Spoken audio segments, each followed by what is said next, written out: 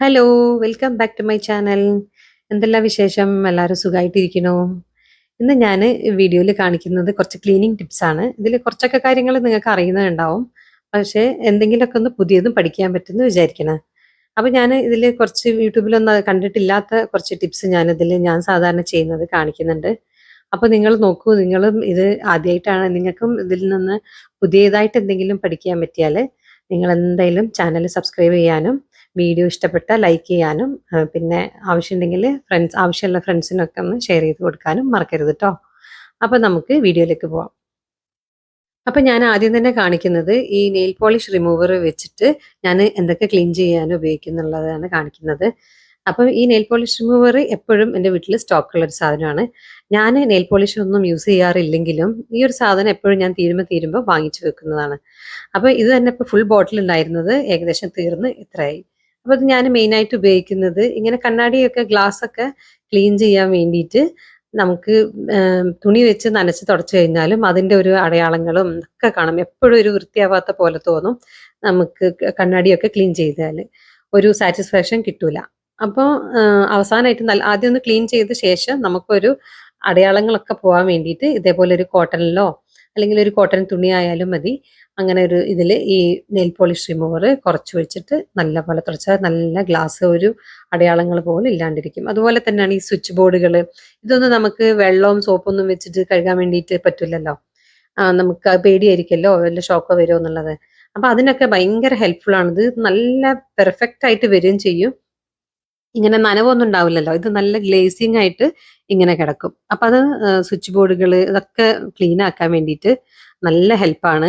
പിന്നെ അപ്പോൾ അത് സാധാരണ ഒരു കോട്ടൺ തുണിയിൽ വെച്ചിട്ട് തന്നെ ആക്കിയാൽ മതി. പക്ഷെ ഇവിടെ ഞാൻ ഇതിൽ ഞാൻ കുറച്ചൊരു റഫ് ആയിട്ടുള്ള ഈ ഒരു പേപ്പർ എടുത്തിട്ടുള്ളത്. ഇങ്ങനെ ഒരു പഴകിയ പെയിന്റിന്റെ അടയാളങ്ങളൊക്കെ അതിൽ പറ്റി പിടിച്ചിട്ട് കണ്ടിട്ടുണ്ടല്ലോ നിങ്ങള്. അപ്പൊ അത്ര കുറച്ച് കട്ടിയുള്ളത് അതൊക്കെ ഒരു പഴയൊരു പെയിന്റ് പിടിച്ചതാണ്. അപ്പൊ അതൊക്കെ മാറണമെങ്കിൽ ഒരു ഇത്തിരി റഫുള്ള സാധനമാകുമ്പോൾ നമുക്കതൊരു എളുപ്പമാവും അത് ഇങ്ങനെ വെച്ച് വരയ്ക്കുമ്പം. ഉണ്ട്. അപ്പൊ ഇതുപോലെ ഇങ്ങനെ നല്ല വെട്ടി തിളങ്ങി വരും. ഇതൊക്കെ നമുക്ക് വെള്ളവും സോപ്പും ഒക്കെ വെച്ചിട്ട് ക്ലീൻ ചെയ്യാൻ പറ്റുന്ന ഒരു ഏരിയ അല്ല. കാരണം സോപ്പ് വെള്ളമോ ഒക്കെ അങ്ങനെ ചുമരിൽ ഒലിച്ചു കഴിഞ്ഞാൽ പിന്നെ അതിന്റെ അടയാളങ്ങൾ വരും. അങ്ങനെയൊക്കെ വരും. അപ്പോൾ അതിനൊക്കെ ഇത് നല്ല ഹെൽപ്പാണ്. കാരണം ഇതൊരു നനവേ ഉണ്ടാവില്ലല്ലോ. നമ്മൾ അത് വെച്ച് ക്ലീൻ ചെയ്ത് കഴിഞ്ഞാൽ അത് നല്ല ക്ലിയർ ആയിട്ട് അങ്ങ് വരും. പിന്നെ ഉണങ്ങാനൊന്നുമില്ല. പിന്നെ ഇതേപോലെ പഴകിയ ഈ പറ്റിപ്പിടിച്ച സ്റ്റിക്കറുകളൊക്കെ ഉണ്ടല്ലോ. അപ്പൊ ഈ സ്റ്റിക്കറൊക്കെ ഇങ്ങനെ അടത്തി കഴിഞ്ഞാലും അവിടുത്തെ പശ പോകില്ല. ഇതേപോലെ ഇത് ഞാനിങ്ങനെ സാധാരണ ഈ വണ്ടിയിലത്തെ സ്റ്റിക്കറൊക്കെ ഒട്ടിച്ചത് ഉണ്ടാവുമല്ലോ. കമ്പ്യൂട്ടർ ടെസ്റ്റ് കഴിഞ്ഞാൽ വർഷാവർഷം ഇങ്ങനെ ഒട്ടിക്കും. പിന്നെ അത് ഒരു വർഷം കഴിഞ്ഞിട്ട് അത് അടർത്തി കഴിഞ്ഞാൽ അതിന്റെ അടിയിലുള്ള ആ പശ എത്ര നമ്മൾ ക്ലീൻ ആക്കിയാലും പോകില്ല. അങ്ങനെയാണ് ഞാൻ യഥാർത്ഥത്തിൽ ഇത് കണ്ടുപിടിച്ചത്. ഇത് വെച്ചിട്ട് ക്ലീൻ ചെയ്യാന്ന്. അപ്പൊ അങ്ങനെ ഈ സ്റ്റിക്കർ അടത്തി കഴിഞ്ഞാൽ അവിടെ ക്ലീൻ ചെയ്താലും നല്ല വൃത്തിയാവും. പിന്നെ എനിക്ക് ഏറ്റവും ഹെൽപ്പായിട്ടുള്ളത് ഈ സൂയിങ് മെഷീന്, നമ്മളെ തയ്യൽ മെഷീന് ക്ലീൻ ചെയ്യാൻ വേണ്ടിയിട്ടാണ്. തയ്യൽ മെഷീൻ ഇത് നമുക്ക് വെള്ളമൊക്കെ വെച്ചിട്ട് ക്ലീൻ ചെയ്യുമ്പോൾ ഒക്കെ അതിന്റെ ഉള്ളിലേക്കൊക്കെ വെള്ളം പോയാൽ മെഷീൻ കേടായി പോകും. അപ്പോഴും കണ്ടോ ഇതൊക്കെ ഇങ്ങനെ ഒരു പൊടി, ഇതിന് കവർ ഇല്ലായിരുന്നു ഈ മെഷീന്. അപ്പൊ ഞാൻ കുറച്ച് യൂസ് ചെയ്തിട്ട് പിന്നെ അങ്ങനെ എടുത്തു വെച്ച് കഴിഞ്ഞാൽ ഇങ്ങനെ പൊടി പിടിച്ചിട്ടും ഇതായിട്ടും അങ്ങനെ ഡെപ്പോസിറ്റ് ആയിട്ട് അങ്ങനെ കിടക്കും ചെളിയായിട്ട്. അപ്പൊ ഇത് വെച്ചിട്ട് ക്ലീൻ ചെയ്യുമ്പോൾ നല്ല ഈസിയാണ്. നല്ല വൃത്തിയായിട്ട് നല്ല അങ്ങനെ പളപള വെട്ടി തിളങ്ങുന്ന അത്രയ്ക്ക് ക്ലീൻ ആയിട്ട് വരും. നമുക്ക് ക്ലീൻ ചെയ്യാനൊക്കെ നല്ല എളുപ്പമാണല്ലോ. ഇങ്ങനത്തെ ഒരു കോട്ടൺ പാഡ് ഉണ്ടെങ്കിൽ നല്ല സുഖമാണ് ക്ലീൻ ചെയ്യാൻ വേണ്ടിയിട്ട്. കണ്ടോ അപ്പൊ എത്ര ചളി വന്ന് തയ്യൽ മെഷീന്റെ കളർ തന്നെ ആകെ മാറിപ്പോയി. ഇത് നമുക്ക് ഈ പൊടി പിടിച്ചിട്ടും പിന്നെ ഈ നൂലിന്റെ തുണിന്റെ ഒക്കെ കളറുകളൊക്കെ ഇങ്ങനെ അവിടെ ഇങ്ങനെ പിടിക്കുമല്ലോ. അതാണ്. അപ്പം ഇങ്ങനെ എപ്പോഴെങ്കിലും ഒന്ന് ഇടയ്ക്കൊന്ന് ക്ലീൻ ചെയ്ത് കൊടുക്കാനൊക്കെ വേണ്ടിയിട്ട് നല്ലതാണ്. അടിപൊളിയാണ്. എനിക്ക് ഏറ്റവും ഇഷ്ടമുള്ളതാണ്. കാരണം നല്ലൊരു റിസൾട്ടും കൂടെ ഇതിൽ കാണുമ്പോൾ നല്ല വെട്ടി തിളങ്ങുമ്പോൾ നമുക്കൊരു സന്തോഷമാണല്ലോ അത്. അപ്പൊ അങ്ങനെ ആണ് ഇതിന്റെ ഉപയോഗങ്ങൾ. ഇനി നിങ്ങൾക്ക് അറിയാവുന്ന നിങ്ങളും എന്തെങ്കിലുമൊക്കെ ഒന്ന് ടെസ്റ്റ് ചെയ്ത് അതിൽ അഡീഷണൽ ആയിട്ട് നിങ്ങൾക്കും പലതും ചെയ്യാൻ പറ്റും. പിന്നെ ഇത് നമ്മൾ ഈ ഡാർക്ക് കളർ ഡ്രസ്സുകളൊക്കെ അലക്കി കഴിഞ്ഞാൽ ചിലപ്പോൾ ഇതേപോലെയുള്ള ഈ വൈറ്റ് ഇങ്ങനെ പൊടി പിടിച്ച പോലെ ഇങ്ങനെ കിടക്കുന്നത് നിങ്ങൾ കണ്ടിട്ടുണ്ടല്ലോ. എന്തായാലും എല്ലാവർക്കും ഇങ്ങനെ ഒന്ന് സംഭവിക്കലുണ്ടാവും. ഇങ്ങനെ ഒരു വെള്ള പാട് പിടിച്ച പോലെ ഇങ്ങനെ ഒരു സ്ഥലത്തേക്ക് ഇങ്ങനെ ഡെപ്പോസിറ്റ് ആയിട്ട് വരും. അപ്പൊ ഇത് മിക്കവാറും സംഭവിക്കുന്നത് കുറച്ച് നല്ല വെള്ളത്തിൽ മുങ്ങി വേണം ഇങ്ങനത്തെ ഡാർക്ക് കളർ ഡ്രസ്സുകളായാലും ഏത് ഡ്രസ്സായാലും ഇടാൻ വേണ്ടിയിട്ട് കഴുകുമ്പോൾ. പ്രത്യേകിച്ച് ഈ ഡാർക്ക് കളർ ഡ്രസ്സുകൾ ഇടുമ്പോൾ പ്രത്യേകം ശ്രദ്ധിക്കേണ്ടത് നമ്മൾ ഈ വാഷിംഗ് പൗഡറിന് പകരം ഇങ്ങനത്തെ ലിക്വിഡ് സോപ്പാണ് ഉപയോഗിക്കേണ്ടത്. ഇങ്ങനെ ലിക്വിഡ് സോപ്പ് ഉപയോഗിച്ചാൽ പിന്നെ അവിടെ ഇവിടെ ഇങ്ങനെ മറ്റേത് നമ്മൾ ഈ ഡിറ്റർജന്റ് പൗഡറിന്റെ ആ ഒരു ഇതുണ്ടല്ലോ കാരം അത് വന്നിട്ട് ഇങ്ങനെ അടിയുന്നതാണെന്നാണ് തോന്നുന്നത്. അപ്പൊ മാക്സിമം ഇങ്ങനത്തെ ലിക്വിഡാണ് വാഷിംഗ് മെഷീനിൽ ഇതുപോലെയുള്ള ഡ്രസ്സുകളൊക്കെ കഴുകാൻ വേണ്ടി നല്ലത്. പിന്നെ നല്ലോണം വെള്ളത്തിൽ മുങ്ങി കിടന്ന് അലക്കുന്നതും ശ്രദ്ധിക്കണം. ഇനി വാഷിംഗ് പൗഡർ ആണ് യൂസ് ചെയ്യുന്നുണ്ടെങ്കിൽ നല്ല ക്വാളിറ്റി യൂസ് ചെയ്യണം. ഇനി പിന്നെ അതല്ലെങ്കിൽ വേറൊരു കാരണം നമ്മൾ ഈ ഫിൽറ്റർ ഇടയ്ക്ക് ക്ലീൻ ചെയ്ത് കൊടുക്കാത്തതാണ്. ഏത് വാഷിംഗ് മെഷീൻ ആയാലും അതിനൊരു ഫിൽറ്റർ ഉണ്ടാവും. അപ്പം അതൊന്ന് എടുത്തിട്ട് ഇതേപോലെ നല്ല നമ്മളെ പഴയ ടൂത്ത് ബ്രഷ് വെച്ചിട്ട് നല്ലപോലെ ക്ലീൻ ആക്കിയിട്ട് ഒന്ന് ഇട്ട് കൊടുക്കണം. അതൊന്ന് ഇടയ്ക്ക് ശ്രദ്ധിച്ചാൽ മതി.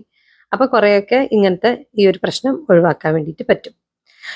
ഇനി അടുത്ത ടിപ്പ്, നമ്മൾ സാധാരണ ചക്ക വെട്ടിക്കഴിഞ്ഞാൽ ചക്കന്റെ പശ കളയാൻ വേണ്ടിയിട്ട് എല്ലാവരും ഇങ്ങനെ എണ്ണ ഉപയോഗിച്ചിട്ടൊക്കെയാണ് സാധാരണ ചെയ്യുന്നത് കണ്ടിട്ടുള്ളത്. അപ്പൊ ഞാൻ നാട്ടിൽ പോയ സമയത്ത് ചക്ക അടുത്ത വീട്ടിൽ വെട്ടുന്നത് കണ്ടപ്പോൾ അവരിങ്ങനെ എണ്ണ പുരട്ടി വെക്കാൻ വേണ്ടിയിട്ട് പോയപ്പോൾ ഞാൻ പറഞ്ഞു ഒരു പുതിയ ഐഡിയ പറഞ്ഞുതരാന്ന് പറഞ്ഞിട്ട് ഇങ്ങനെ തീയിൽ കാണിച്ചിട്ട്, അതായത് അവിടുത്തെ നാട്ടിലത്തെ ഒരു നാടൻ കത്തിയാണത്. നമുക്കിതിപ്പോൾ ഏത് സ്റ്റീൽ കത്തിയോ ഏത് കത്തിയായാലും നല്ല കത്തിയിലോ ഒക്കെ ഇത് ചെയ്യാൻ പറ്റും. ഞാൻ അങ്ങനെ ചെയ്യുന്നത്. അപ്പൊ ഈ കത്തി ഒന്ന് ചൂടായി വരുമ്പം പശയൊക്കെ നല്ല ഉരുകി നിൽക്കും. അപ്പൊ നമ്മളൊരു പഴയ ന്യൂസ് പേപ്പർ എടുത്തിട്ട് നല്ല അമർത്തി ആ ചൂടോടുകൂടി ഒന്ന് തുടച്ചു കഴിഞ്ഞാൽ കത്തി നല്ല അടിപൊളിയായിട്ട് ക്ലീൻ ആയിട്ടുണ്ടാവും. ഒരു തുള്ളി പോലും പശയിൽ ബാക്കി ഉണ്ടാവില്ല. അപ്പം അതൊരു നല്ല ടിപ്പല്ലേ. ഇനി ഞാൻ അടുത്ത ടിപ്പ് പറയുന്നത്, നമ്മൾ ഈ ചെമ്മീന് അല്ലെങ്കിൽ മാന്തള് ഞണ്ട് അങ്ങനെയൊക്കെയുള്ള കൂന്തൽ ഇങ്ങനത്തെ സാധനങ്ങളൊക്കെ മുറിച്ചു കഴിഞ്ഞാൽ കൈ ഭയങ്കര സ്മെല്ലായിരിക്കും. നമ്മൾ എത്ര ഇങ്ങനത്തെ ഈ ലിക്വിഡ് സോപ്പ് ഉപയോഗിച്ചിട്ട് കഴുകിയാലും എന്തായാലും അതിൻ്റെ ഒരു സ്മെല്ല് എങ്ങനെയായാലും വിരൽത്തുമ്പത്തുനിന്നൊന്നും മാറൂല. അപ്പൊ നമുക്ക് ഈ ചെറുനാരങ്ങ പിഴിഞ്ഞതിന്റെ ആ തോടായാലും മതി. തോട് അവിടെ ഉണ്ടെങ്കിൽ നമ്മൾ എന്തിനെങ്കിലും യൂസ് ചെയ്ത് ചെറുനാരങ്ങന്റെ തോടോ അല്ലെങ്കിൽ ഒരു പാതി ചെറുനാരങ്ങയോ എന്തായാലും എങ്ങനെയാണോ ഉള്ളതെന്ന് വെച്ച് കഴിഞ്ഞാൽ അത് വെച്ചിട്ട് നമുക്കൊന്ന് നല്ലോണം വിരലിൽ ഇങ്ങനെ ഇങ്ങനെ ആക്കി കഴിഞ്ഞാൽ നമുക്ക് ആ ഒരു മണം മാറി കിട്ടും. അല്ലാതെ നമ്മൾ എന്തൊക്കെ നല്ല മണമുള്ള സോപ്പ് വെച്ചാലും ആ ഒരു മണം മാറൂല. അപ്പോൾ തന്നെ അതുപോലെ തന്നെ നമ്മൾ ബേസിൻ ആ ഏരിയയിൽ കിച്ചൺ സിങ്കും ഇതേപോലെ തന്നെ വൃത്തിയായിട്ട് അത് ആ ഒരു നാരങ്ങ അതും ലിക്വിഡ് സോപ്പും കൂടെ ഉപയോഗിച്ചിട്ട് അതൊന്ന് കഴുകുക. അപ്പം എന്താ വെച്ചാൽ അവിടുത്തെ ആ സ്മെല്ലും പോയി കിട്ടും. എന്നിട്ട് നമുക്ക് ആ നാരങ്ങാത്തൊലി അവിടെ തന്നെ കുറച്ച് നേരം അവിടെ കിടന്നോട്ടെ, അങ്ങനെ അവിടെ ഇട്ട് വെക്കുക. അപ്പോൾ അതിൻ്റെ ഒരു സ്മെല്ല് നല്ലപോലെ മാറിക്കിട്ടും. വേറെ നമ്മൾ എന്ത് നല്ല സ്മെല്ലുള്ള സോപ്പോ ഹാൻഡ് സോപ്പോ എന്ത് ഉപയോഗിച്ചാലും കയ്യിൻ്റെ മണം മാറില്ല. ഇപ്പം ഇത് നന്നായിട്ട് മാറി. അത് നല്ലൊരു സൂപ്പർ ഐഡിയ ആണ്. ഇനി അടുത്തതായിട്ടൊരു കാര്യമുള്ളത്, കിച്ചണിലെ സിങ്കിൽ നമ്മൾ പാത്രം കഴുകാനുള്ള ലിക്വിഡ് ഒരു ബോട്ടിൽ വെച്ചിട്ടുണ്ടാവും. അതിന്റെ കൂടെ തന്നെ എപ്പോഴും നമ്മൾ കൈ കഴുകാനുള്ള ഒരു ഹാൻഡ് സോപ്പും കൂടെ ഒരു ബോട്ടിലിൽ വെക്കണത് എപ്പോഴും നല്ലതാണ്. കാരണം കിച്ചണിലത്തെ പണികളൊക്കെ കഴിഞ്ഞിട്ട് നമ്മൾ ലാസ്റ്റ് എപ്പോഴും കിച്ചണിൽ നിന്ന് അകത്തേക്ക് പോകുമ്പോൾ ഈ ഹാൻഡ് സോപ്പും കൂടെ കിച്ചണിലുണ്ടെങ്കിൽ നമുക്ക് അവിടെ അങ്ങ് കൈയൊക്കെ കഴുകിയിട്ട് വൃത്തിയായിട്ട് അകത്തേക്ക് പോവാം. അപ്പം അതും കൂടി ഒരു നല്ല കാര്യമാണ്. പിന്നെ ഇനി പഴയ ടൂത്ത് ബ്രഷ് വെച്ചിട്ട് ചെയ്യാവുന്ന പല കാര്യങ്ങളും എല്ലാവർക്കും അറിയുന്നത് തന്നെയായിരിക്കും. അപ്പം ഇത് പക്ഷേ ഞാനും കണ്ടുപിടിച്ചതൊന്നുമല്ല. ഞാനും യൂട്യൂബിൽ ഇടയ്ക്കൊക്കെ കണ്ടിട്ടുള്ളതാണ്. അപ്പം ഞാനിതൊന്ന് ടെസ്റ്റ് ചെയ്ത് നോക്കാമെന്ന് വിചാരിച്ച്. അപ്പം നിങ്ങളും ഇങ്ങനെ ചെയ്ത് നോക്കിയിട്ടുണ്ടോ? അതായത് ഇങ്ങനെ ടൂത്ത് ബ്രഷിന്റെ ആ തലഭാഗം ഒന്ന് നമ്മൾ ചൂടാക്കിയിട്ട് ഇങ്ങനെ വളച്ചു കൊടുത്തു കഴിഞ്ഞാൽ നമുക്ക് ടൂത്ത് ബ്രഷ് നേരെ ഉപയോഗിക്കുന്നതിനെക്കാട്ടിലും കുറേ ഉപയോഗങ്ങളും ഒന്നുകൂടെ കുറച്ചും കൂടെ നല്ല ആവശ്യങ്ങൾക്കും വേണ്ടിയിട്ടും ഇത് ഉപയോഗിക്കാൻ വേണ്ടിയിട്ട് പറ്റും. കണ്ടോ, ഇങ്ങനെ അതിന്റെ അറ്റം ഒന്ന് ബെൻഡാക്കി കൊടുത്തു കഴിഞ്ഞാൽ നമ്മൾ സാധാരണ ഒന്നും ചെയ്യാത്ത നോർമൽ ടൂത്ത് ബ്രഷ് ഉപയോഗിക്കുന്നതിനെക്കാട്ടിലും ക്ലീൻ ആക്കാൻ ഇത് ഭയങ്കര ഹെൽപ്പാണ്. ഞാനൊന്ന് ട്രൈ ചെയ്ത് നോക്കിയതാണ്. അപ്പൊ നിങ്ങളും ഇങ്ങനെ ചെയ്ത് നോക്കിയിട്ടില്ലെങ്കിൽ ഒന്ന് ചെയ്ത് നോക്കണ്ട കേട്ടോ.